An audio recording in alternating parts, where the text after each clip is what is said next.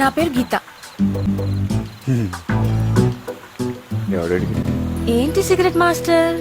అమ్మాయిల ముందు పోజ్ కొట్టడానికా? అసలే పిరికి జనం పిరికి లోకం. ధైర్యం కోసం దమ్ము.